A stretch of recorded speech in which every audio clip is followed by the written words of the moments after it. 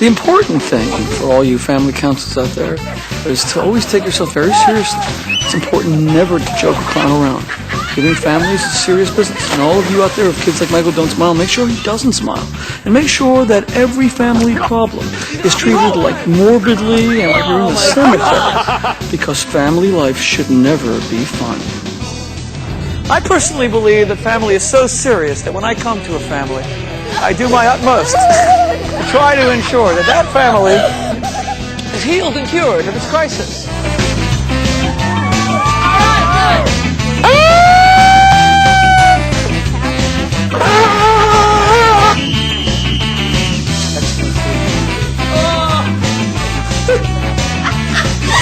You're a fraud. This is my show. We're making our house.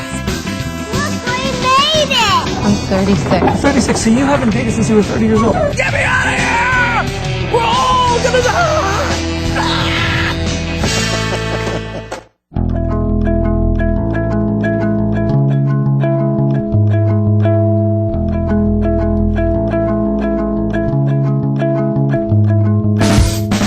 It has become clear to me that the problems in the Weidman's home have nothing to do with ill-behaved children, as the parents claim.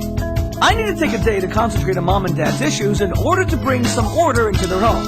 Right now, it's all kids, cats, and chaos, and is on the verge of catastrophe. Somebody needs to step up to the plate, and I'm the one to get him in the game. If you can say to me that you're comfortable asking your mother-in-law for money, then you're compromising your own dignity. Because I would rather have each one of these teeth extracted with pliers rather than ever ask my in-laws for anything. I pray to God, God Almighty, who's looking down upon me in shame, inflict any torture on me, but do not ever have me ask my in-laws for money. I mean, the horror of it, Shane. Shane, you got to get out there and get a job. Okay, let's do a job interview right now. Here I am. I'm a supervisor. I'm looking for a manager. You're applying for a job. So, nice to meet you. Thanks for coming to this interview. Thank you for having me. What are your qualifications? I have a track record of retail management, of increasing sales, having great profit and loss statements. How do I want to word this? See, I get jumbled. I think that's my issue. Don't get jumbled. Come on. Come on. Wow. Get some fire in there. Come on. The big belly's there, but I got to bring that fire The bigger the belly, the bigger the fire. Come on. I don't, No. Do you realize what your problem is? Really, Shane? You have no will. Things defeat you like that. 3-year-olds defeat you. Cats defeat you. Where is your willpower? Where's your grit? And you know where it's going to come from? Knowing that you better find it because there's 5 hungry mouths to feed in there, and you're the guy who has to feed them, not your mother-in-law. Time for this rabbi to bring in the heavy artillery. Ross, you know, you're such a good boy normally, but now you're not being a good boy. Your mommy told you to do something, and you have to listen to her. Ross, I know that you're a good boy, but your mommy's very upset at you now because you're not listening to her. Now go and sit on the bench. Just pick him up and put him on the bench. Don't get up, Ross. You cannot get up. Now stay there like your mommy said. No. You'll be able to get up when you behave, not when you don't behave. The more you don't listen, the more you'll sit. Pick him up and put him on the bench again. You have to learn to listen to your mother. Ross? Wait, no. Lindsay. See, Lindsay can't be involved in mocking her brother because that'll make him more defiant. He's becoming less defiant with every passing moment. But he has to pick him up and put him there again. Ross, you must listen to your mommy. If you want to get up, you have to behave. By us going through all of this, it's taking longer for you to actually get That's your right, hot Ross. dog. She has her brothers and sisters she has to look after as well, right? Ross, you just wait there. If he cries, he cries. So be it. He'll learn to stop. You were being disrespectful to me, not listening. I don't care. I don't care. Now that's it. Laura, if you don't take a stand now, you never will.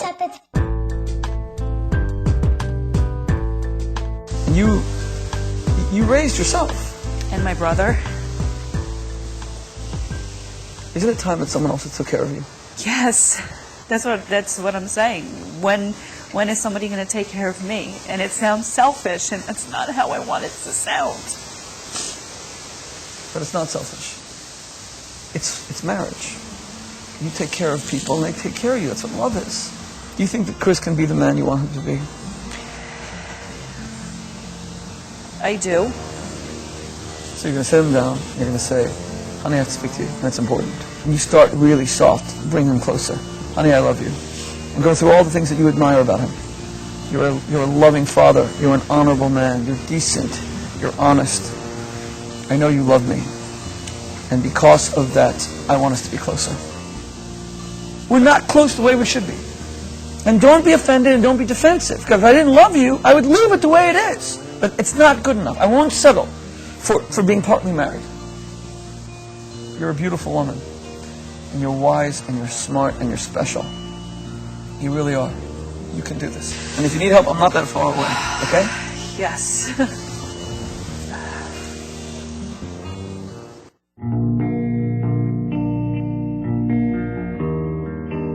Do you find it difficult to talk about the pain that you had from that day?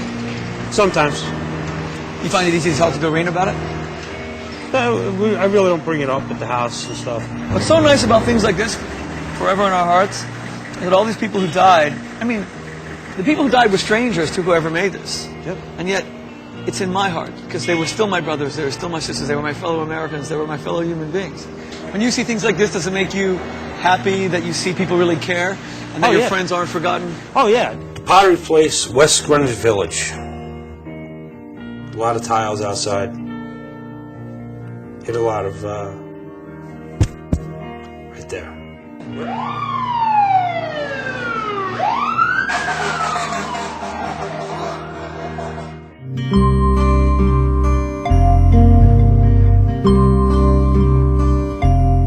Mike, you love your daughter, right? Mm-hmm. If someone hurt your daughter, what would you do to them? I'd kill him. I wouldn't even think twice about it. Why doesn't she feel protected by you? You go out and you save strangers' lives. And you put your life at risk for people you don't know. And you're a great man for doing it. But your own daughter doesn't feel that you love her. Well, it's time to tell her.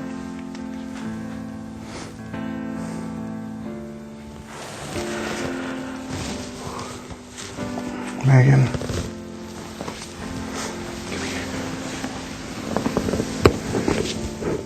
I love you, honey. I miss you so much.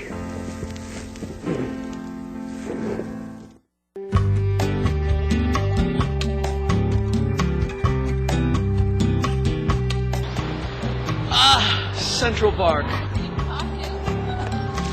You guys tonight are all dressed up. Romance is in the air. I think you should tell your husband that you guys should both do it more. You know, it's nice that we dressed up, but I think that we should do it more. I think we should make it a ritual that, like, once a week we go out. Okay, so you there watching at home, seeing this couple rediscover some of the lost romance in their marriage. How much has been lost in your marriage? What are you married? 4 years, 10 years, 25 years? And how often do you take simple romantic strolls, holding hands in the park? Is this so hard? Is this rocket science? We so often let our marriages just atrophy. We let it get stale and boring. And then we end up divorced. I counsel couples like that. All the divorces that were so avoidable. People who come 5, 10 years later and they say, there was no real problem between us. We just drifted apart. We just fell out of love. We became strangers to each other. Don't let that happen. Thank you. You're welcome.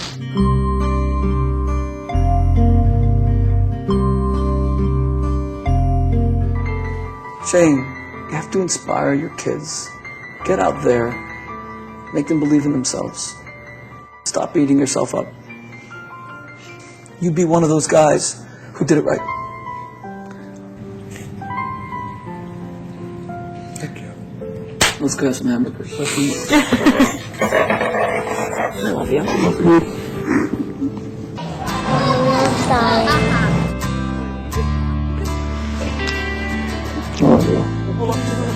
Bye, everybody. We miss you.